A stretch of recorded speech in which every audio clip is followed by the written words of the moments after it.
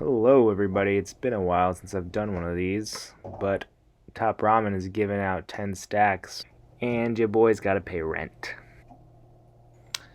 I'm not gonna be making Top Ramen the way you typically do today.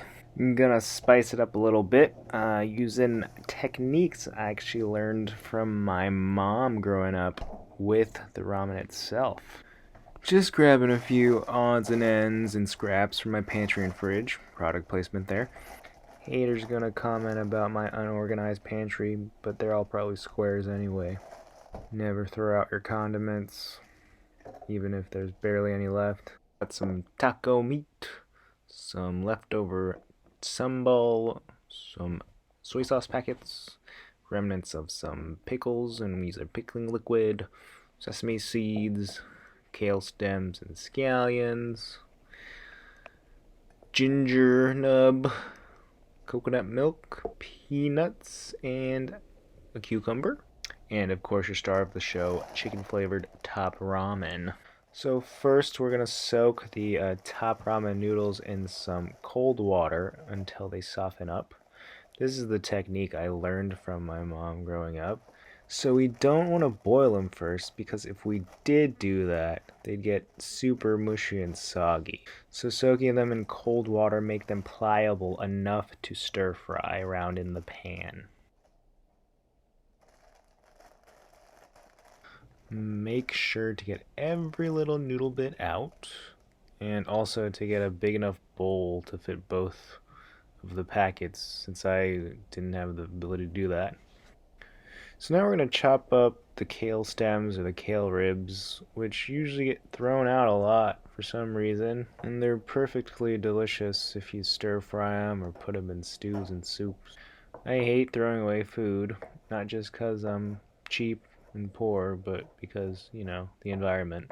People will say this is a lot of chopping and a lot of work for some ramen, but, in quarantine you gotta spice it up somehow. And now we're gonna chop up the quintessential Asian herb, scallions, also known as green onions, but not chives. Chives are not the same thing as scallions or green onions. Just like not every sparkling wine is champagne. Call me snobby and roll your eyes at me, but I'm just spitting the truth, baby.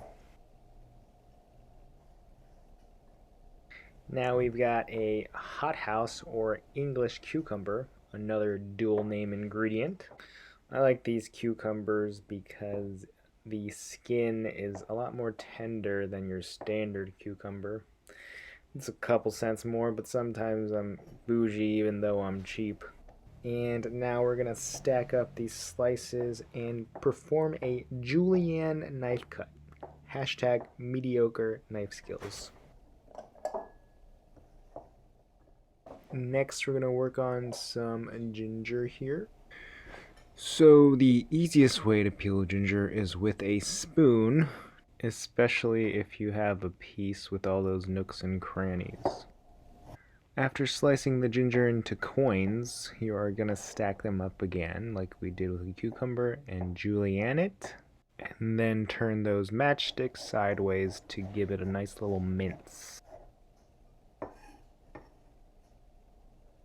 Now here's where the real action begins. I'm gonna grab a nice large skillet, saute pan, some Earl, and now you're gonna wanna let that pan heat up a little bit to get that oil free flowing, because we wanna hear that sizzle when this ginger hits the pan right now. We're gonna give this ginger a little stir here, because we don't want it to burn. And now I'm going to toast these sesame seeds. Why toast the sesame seeds, you ask? Well, toasting sesame seeds gives you a nice toasted nutty flavor. So this is leftover taco meat from a few nights ago, which is nice to use since it already has cumin, garlic, paprika, and a bunch of other spices. And we're going to add those underappreciated kale stems and give that a nice little saute. So I added the remnants of the pickle juice into the sambal container, shook it up, and then poured it in the pan to deglaze it.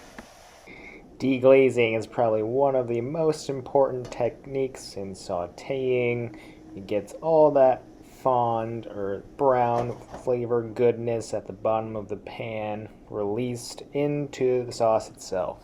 I just snuck a little squeeze of lime juice there as I was explaining what deglazing was, just to give the dish a little bit of bright acidity. So now I'm going to add some coconut milk to the pan. Now that I added coconut milk, am I allowed to call it a curried beef noodle stir fry? I'm sure I'll get some backlash for saying that, but I literally have no idea what to call it. If any of you have any better names, feel free to put in the comments for the 5 people that are watching.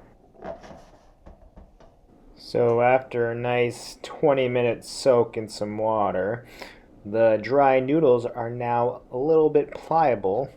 And now we are going to add them to the pan and marry it with this beautiful quote-unquote curry sauce. Just added a little bit of that starchy water that I soaked the noodles in.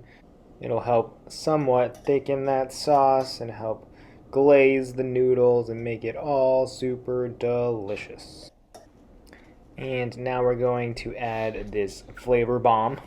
Make sure to get every last granule of that gold dust out. And now we're going to add a soy sauce packet. Usually the soy sauce packets you get at your typical local Chinese restaurant are not actually soy sauce. They are water with salt and some food coloring. But a place I ordered from was really generous and they gave me real soy sauce packets. Maybe there is still some hope left in the world. And as you can see, the noodles have softened up and they are cooked and ready to go. Now for the most important part of the plating. Take note, because this is how you can turn this $1 dish into a $20 dish you would buy in the Lower East Side of Manhattan. Shots fired, but you know it's true, you LES residents. If you are also looking to make all your pasta and noodle dishes look fancy, I do recommend investing in those thin tongs. They're probably like $5 for a 2-pack online. And now you're going to top it off with a little bit of that sauce on the top of the noodles because they end up always falling to the bottom of the pan. Time for all those garnishes we cut up earlier. Some julienne cucumbers, some sliced scallions, and we're also going to add some chopped up peanuts to the top of it because we know I like that texture. Oh, it's going to look so pretty, pretty, pretty. Here comes the money shot. Hashtag natural light. Shout out to Melissa King. You are always my favorite Top Chef contestant. I really hope you and Neeson choose me to be Chief Noodle Officer. Am I begging? For $10,000, you can call it whatever you want.